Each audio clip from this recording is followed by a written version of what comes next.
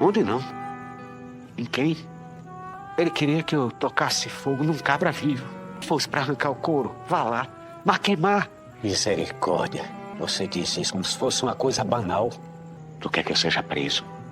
Ou coisa pior? Você sabe o que faz com cangaceiro, não sabe? Eu não sei, nem me interessa. Você acha justo que nossa conversa termine assim, depois de tanto tempo? Tem uma prosa direita entre pai e filha. Eu não tenho nada pra prosear com cangaceiro, não. Eu já sei tudo que eu precisava saber. Então me conte o que você sabe. Eu sei que o senhor deixou manhã doente e nunca mais voltou. E ela morreu abandonada, sozinha. Chorava todo dia. E se não fosse meu tio, tava agora era no orfanato. A história não é bem assim. Mira, ele precisou ir embora. Você me daria a chance de contar o meu lado da história. Coração enlouqueceu.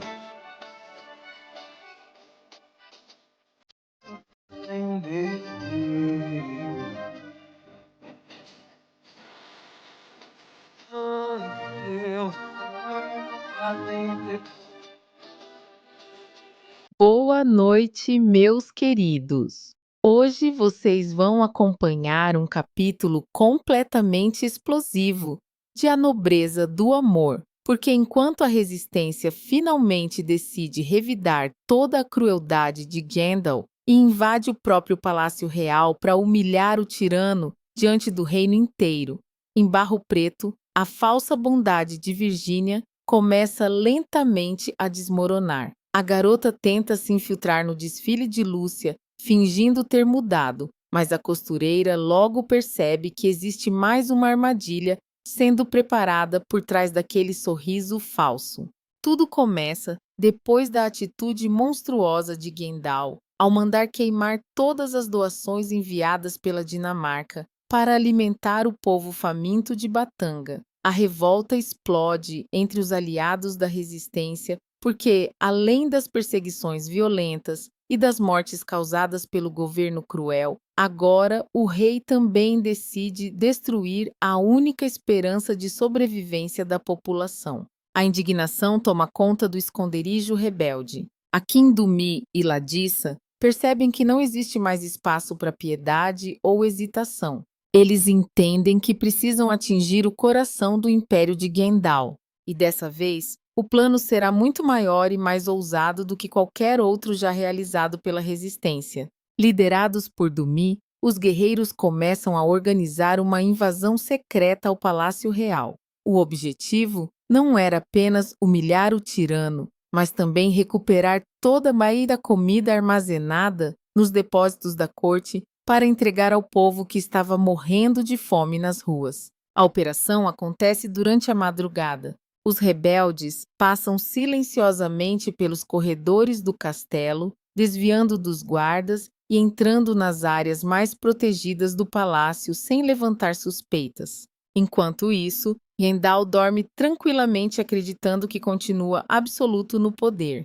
Mal sabia ele que naquela mesma noite começaria uma das maiores humilhações da sua vida. Os rebeldes então conseguem invadir os depósitos e começam rapidamente a retirar sacos de grãos, caixas de mantimentos e alimentos armazenados pela corte, enquanto o povo passava necessidade do lado de fora dos muros. Tudo acontece de forma rápida e estratégica. Só que antes da fuga completa, alguns soldados percebem a invasão e tentam impedir a resistência. Uma luta intensa explode nos corredores do palácio. Espadas se cruzam, guardas são derrubados. E Dumi lidera o confronto com coragem impressionante. Mesmo em menor número, os rebeldes conseguem escapar levando os mantimentos. Do lado de fora, já em segurança, Akin observa os sacos de comida e praticamente não consegue acreditar no sucesso da missão. Agora o nosso povo vai voltar a ter esperança. Dumi então encara os companheiros cheio de firmeza e responde: "Isso é só o começo da queda de Gandalf." A vitória da resistência rapidamente se espalha entre os moradores de Batanga, enchendo o povo de coragem e esperança depois de tantos meses de sofrimento. Mas dentro do palácio, A reação de Gandalf é completamente assustadora. Ao descobrir que os rebeldes roubaram os depósitos reais bem debaixo do seu nariz, o tirano perde totalmente o controle. Tomado pela fúria, ele começa a destruir vasos móveis e objetos luxuosos do salão imperial, enquanto grita de ódio contra Pascoal. Você transformou meu palácio em motivo de piada. Pascoal tenta se justificar desesperadamente, afirmando que os rebeldes agiram de forma sorrateira, mas nada consegue acalmar o rei. Gendal, então, toma a decisão mais cruel até aquele momento. Ele ordena que qualquer simpatizante da resistência seja executado imediatamente. A ordem assusta até Quenya e Shinua, porque agora o reino inteiro entra oficialmente em uma caçada mortal. Enquanto isso, Quenya começa a enxergar com clareza o verdadeiro rosto monstruoso do próprio pai. A princesa já não consegue mais defender as atitudes dele e passa a questionar tudo aquilo em que acreditava desde criança. Durante uma conversa reservada com Shinua, ela admite profundamente abalada: "Meu pai está se transformando em algo assustador." As palavras deixam Shinua ainda mais preocupado, porque ele percebe claramente que a jovem começa lentamente a se voltar contra o próprio rei. Só que, ao mesmo tempo, Quenya também começa a desconfiar que Shinua esteja secretamente ajudando a resistência. E isso torna tudo ainda mais perigoso dentro do palácio. Enquanto Batanga mergulha no caos em Barro Preto, outra guerra silenciosa continua crescendo. Virgínia decide finalmente colocar em prática o próprio plano para destruir o desfile de Lúcia. Fingindo ter mudado de comportamento, ela procura a rival oferecendo ajuda e se colocando como modelo principal do evento. Só que Lúcia imediatamente percebe que existe alguma coisa errada. A maneira forçada de falar, o sorriso artificial, o interesse repentino pelo desfile. Tudo parecia falso demais. Mesmo tentando manter a educação, a costureira fica extremamente desconfiada da aproximação inesperada da rival. Mais tarde, reunida com Niara, Teresa e José na cozinha, Lúcia desabafa completamente incomodada com a situação. Niara arregala os olhos imediatamente ao ouvir a história. A Virgínia quer participar do desfile. Isso cheira a problema.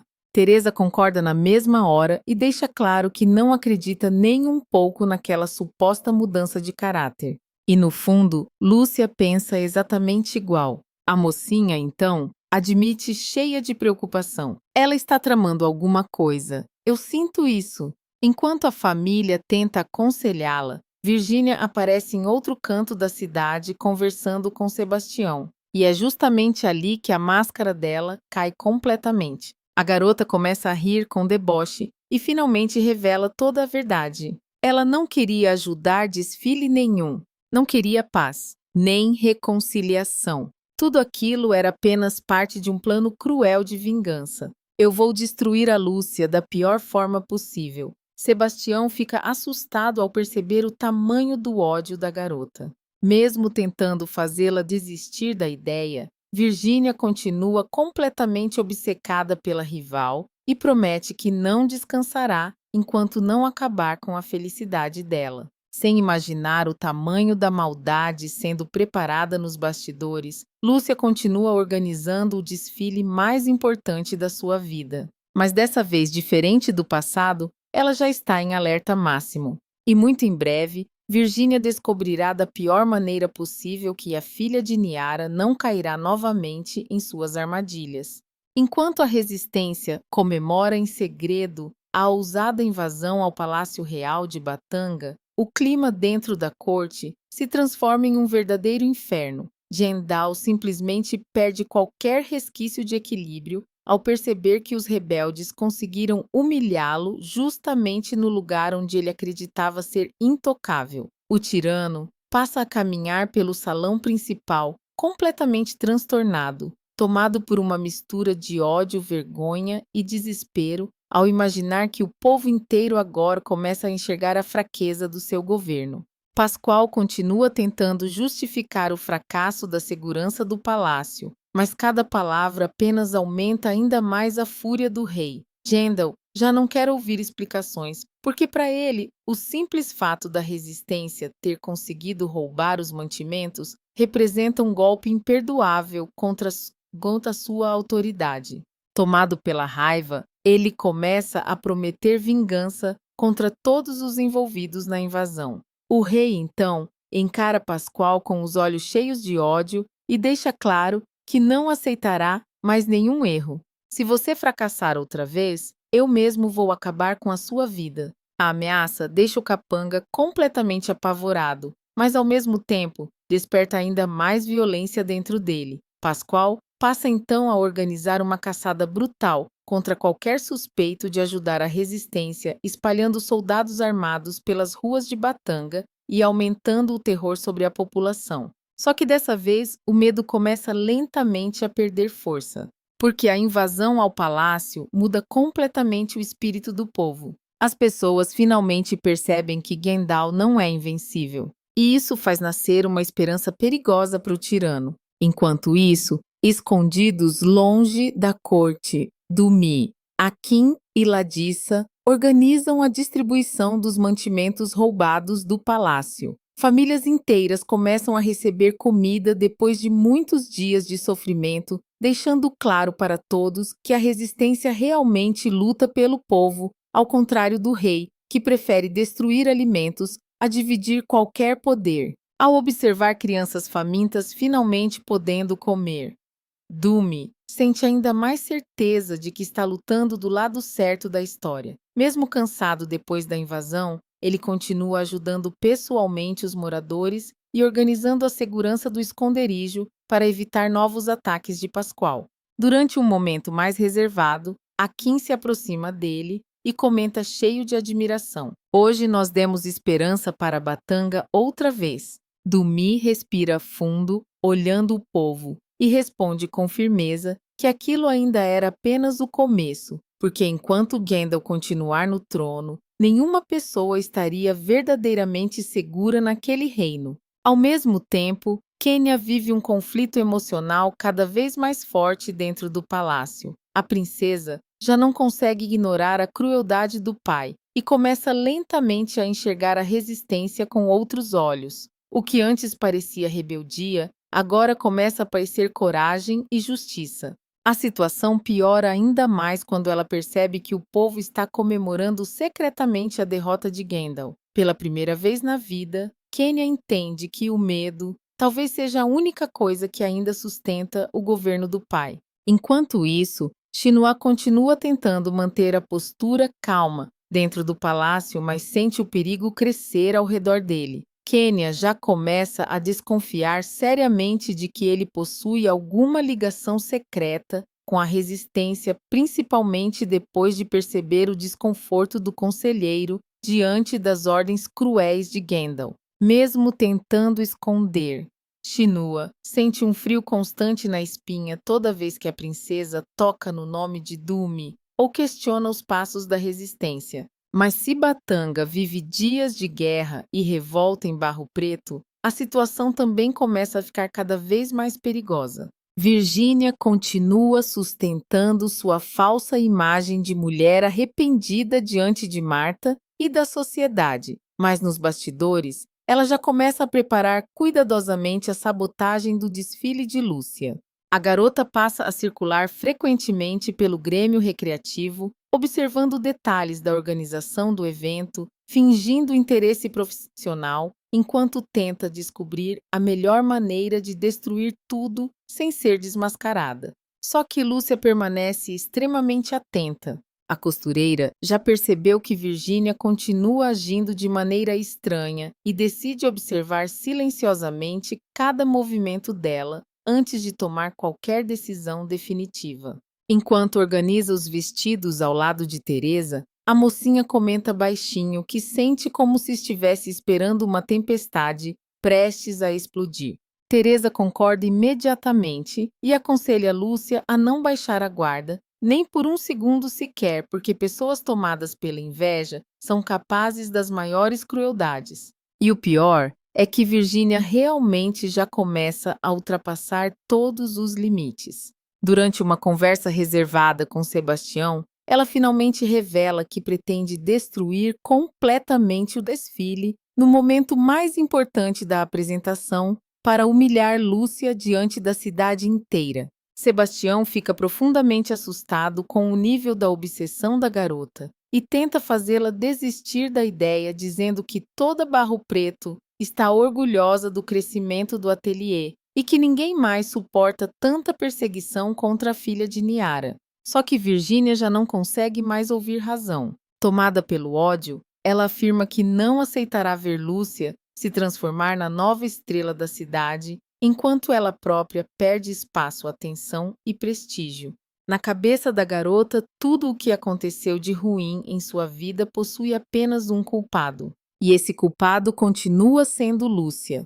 Enquanto isso, sem imaginar o tamanho da armadilha sendo montada nos bastidores, o povo de Barro Preto segue ansioso pelo grande desfile do Grêmio Recreativo, acreditando que o evento marcará um novo momento de prosperidade para a cidade. Mas muito em breve, a guerra silenciosa entre Lúcia e Virgínia finalmente começará a explodir diante de todos. Enquanto os dias passam e o grande desfile organizado pelo Grêmio Recreativo se aproxima cada vez mais, a tensão começa a crescer em todos os cantos de Barro Preto. O evento já virou o principal assunto da cidade, atraindo visitantes importantes, comerciantes curiosos e moradores ansiosos para ver de perto o sucesso do ateliê de Lúcia. A mocinha tenta manter a concentração no trabalho, mas no fundo sente que algo perigoso está prestes a acontecer. O comportamento estranho de Virgínia continua martelando em sua cabeça, principalmente porque a rival insiste demais em participar da organização e se aproximar dos bastidores do desfile. Mesmo fingindo calma diante de todos, Lúcia passa a observar cada detalhe com extrema atenção. E não demora muito para a desconfiança dela começar a fazer sentido. Durante um momento de distração no Grêmio Recreativo, a costureira percebe Virgínia mexendo escondida em algumas anotações importantes relacionadas aos vestidos e à ordem das modelos na apresentação. A cena acontece rapidamente, mas é suficiente para confirmar aquilo que Lúcia já sentia no coração desde o começo. Virgínia realmente estava planejando alguma sabotagem. Só que a filha de Niara decide agir com inteligência. Em vez de confrontar a rival imediatamente, ela resolve permanecer em silêncio e começa discretamente a preparar um contragolpe para desmascará-la no momento certo. Enquanto isso, Virgínia segue acreditando que seu teatro está funcionando perfeitamente. A garota continua desfilando pelo Grêmio com a postura de boa moça arrependida, fingindo simpatia para todos ao redor, enquanto alimenta cada vez mais o desejo de destruir a felicidade de Lúcia. Tomada pela inveja, ela observa a movimentação da cidade e praticamente enlouquece ao perceber o quanto a rival está sendo admirada pelo povo. As mulheres elogiam os vestidos do ateliê. Os comerciantes comemoram a repercussão do evento e até pessoas influentes da região começam a demonstrar interesse em conhecer o trabalho de Lúcia. Tudo aquilo vai esmagando lentamente o orgulho da filha de Marta. Durante uma conversa reservada com Sebastião, Virgínia deixa escapar novamente o tamanho do ódio que sente. Ela afirma que não suporta mais ver Lúcia ocupando o espaço que deveria ser dela e promete destruir o desfile antes que a rival brilhe diante da cidade inteira.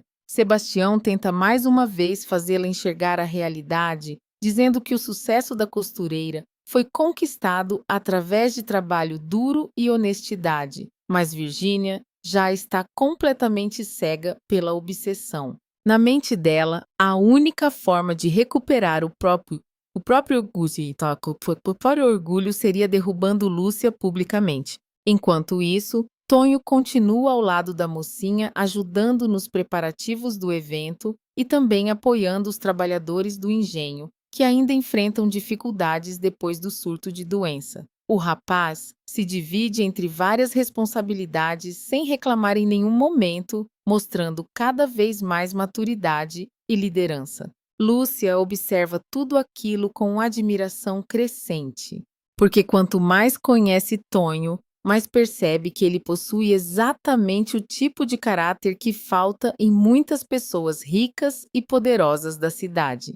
Durante um momento mais íntimo, ela segura as mãos dele e diz emocionada que se sente segura ao seu lado, porque sabe que Tonho jamais pisaria nos outros para conquistar alguma coisa na vida. As palavras deixam o rapaz profundamente tocado, e sem perceber os dois vão fortalecendo ainda mais o amor que sentem um pelo outro. Enquanto isso, em Batanga, a situação continua extremamente perigosa depois da invasão ao Palácio Real.